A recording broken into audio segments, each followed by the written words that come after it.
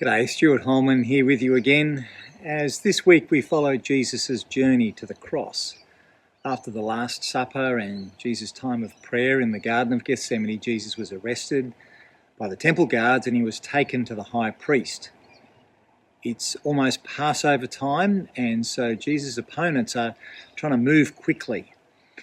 They're also trying not to make too much noise, lest there be an uprising of some kind, which they can't control. So in Matthew 26, beginning at verse 57, those who had arrested Jesus took him to Caiaphas, the high priest, where the teachers of the law and the elders had assembled. But Peter followed him at a distance, right up to the courtyard of the high priest. He entered and sat down with the guards to see the outcome. Now, Caiaphas is the high priest. He's the religious leader of the Jewish people, and to say that he's like an archbishop is to undersell his authority, with apologies to any archbishops who may be watching. To be high priest was like being the archbishop and the state premier at the same time, with both religious and political power, and yet with obligations to the Roman state military and the governors. So Caiaphas has much authority, but not without limitations and duty to some greater power. And assembled with Caiaphas are the experts in the religious law and the experts in the traditions of the people, the teachers and the elders who formed this governing body called the Sanhedrin. So a kind of trial begins. The Sanhedrin asks for accusations to be made against Jesus. Jesus wasn't arrested for any particular crime. Instead, now that he's arrested, they're looking for a crime to charge him with. Verse 59. The chief priests and the whole Sanhedrin were looking for false evidence against Jesus so that they could put him to death. But they did not find any, though many false witnesses came forward. Finally, two came forward and declared, "This fellow said, I am able to destroy the temple of God and rebuild it in 3 days." Now, this charge has at least an element of truth. Jesus did say something like this, recorded in John's Gospel, John chapter 2, verse 19.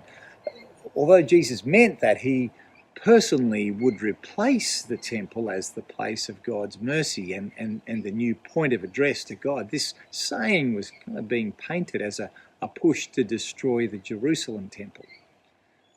Of course, even damaging or speaking against the temple was considered a very serious crime. So to talk about its destruction was crossing a line. It was a serious accusation.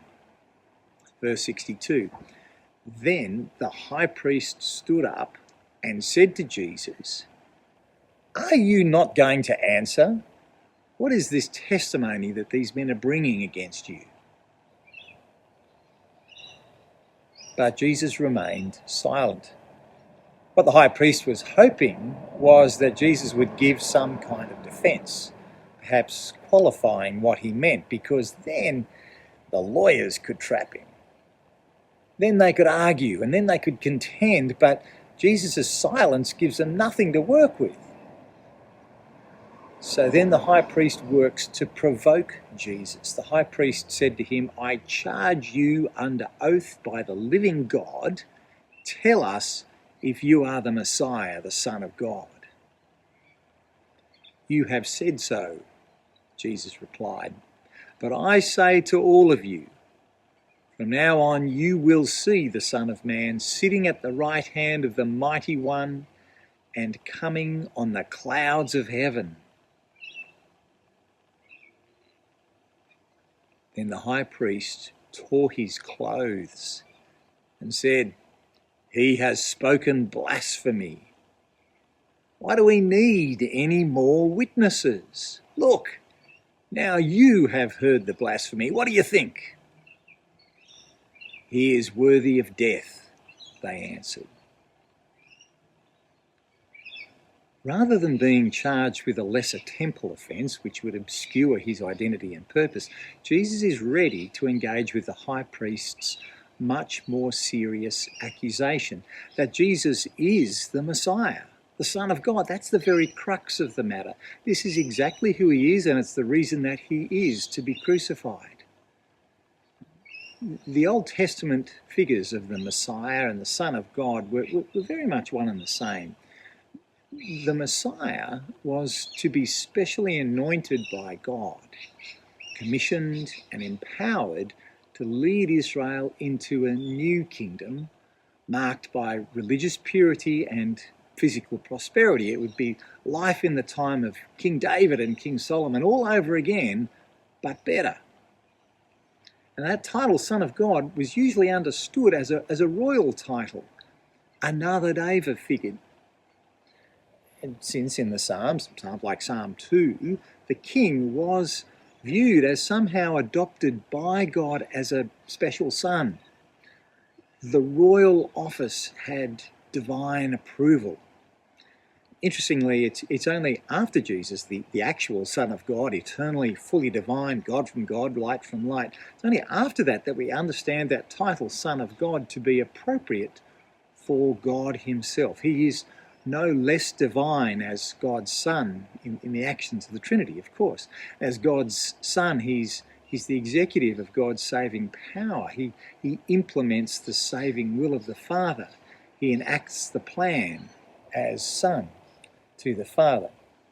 So he is Son of God in that royal sense and in that divine sense. And so Jesus responds to Caiaphas' question in the same way he responded to Judas's question at the Last Supper. Caiaphas says, "Tell us if you are the Messiah, the Son of God." And Jesus replies, "You have said so." Meaning, you said it, yes, and we'll wait and see how this is true. So there's no doubt about Jesus' claim to be Messiah. It's clear, and it's clearly understood by the Sanhedrin. But to make it explicit, Jesus goes on, you see, he continues, "From now on you will see the Son of Man sitting at the right hand of the Mighty One and coming on the clouds of heaven." Although he's speaking in the third person, Jesus is obviously referring to himself. He'd referred to himself as the Son of Man so many times publicly. But what does he mean here? And why would this lead to his immediate conviction that this is a crime worthy of death? Look, the answer's in Daniel chapter 7, and everyone there knows exactly which part of the Old Testament to which Jesus is referring. In Daniel 7, in the context of a vision where all the enemies of God are doing their worst, they're insulting God, they're rebelling against his rule, Daniel says this: "As I looked, thrones were set in place, and the Ancient of Days took his seat. His clothing was white as snow. The hair of his head was white like wool. His throne was flaming with fire, and its wheels were all ablaze. A river of fire was flowing, coming out from before him. Thousands upon thousands attended him. 10,000 times 10,000 stood before him. The court was seated, and the books were opened." Now, no prizes for guessing that this Ancient of Days refers to God himself. He's going to stand in judgment over all his enemies. And then these boastful rulers who are depicted as beasts and horns, they were slain and their bodies were thrown into a blazing fire. But who did the conquering for God? Who remains, of course, seated on his throne? Well, like a victorious general returning from battle, we see one like a son of man. He's presented before God on his throne. Daniel continues, "In my vision at night I looked, and there before me was one like a son of man, coming with the clouds of heaven." That's the angel armies. "He approached the Ancient of Days and was led into his presence. He was given authority, glory and sovereign power. All nations and peoples of every language worshipped him. His dominion is an everlasting dominion that will not pass away, and his kingdom is one that will never be destroyed. So this one like a son of man comes before the throne with the clouds of heaven. As I say, it's a reference very likely to vast numbers of glorious angels, the armies of God, and they've gathered like vast clouds filling the sky.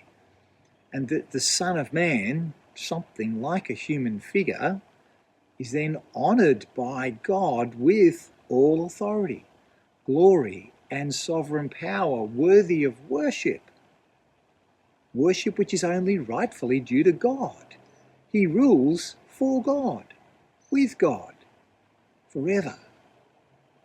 So when Jesus makes this claim to be the Son of Man before the Sanhedrin, that he is this one seated on the throne, everyone, they know what he's saying. That's why they immediately declare Jesus as worthy of death. They declare him guilty, actually without investigating the claim that could it really be true that he is the Son of Man prophesied in Daniel 7. As Jesus said to Caiaphas, yes, and we'll wait and see that it's true. And with Jesus' unambiguous claim and confession, so begins the Son of Man's descent into brutal injustice, into abuse and violence. Then they spit in his face and struck him with their fists. Others slapped him and said, "Prophesy to us, Messiah, who hit you?" Join me tomorrow as we follow Jesus' journey to the cross. It's harrowing, it's a barbaric journey, which the Gospels don't shy away from. This is the rejection and suffering that Jesus must endure. He said that it must take place. This is the pathway of the Messiah. I'll see you tomorrow.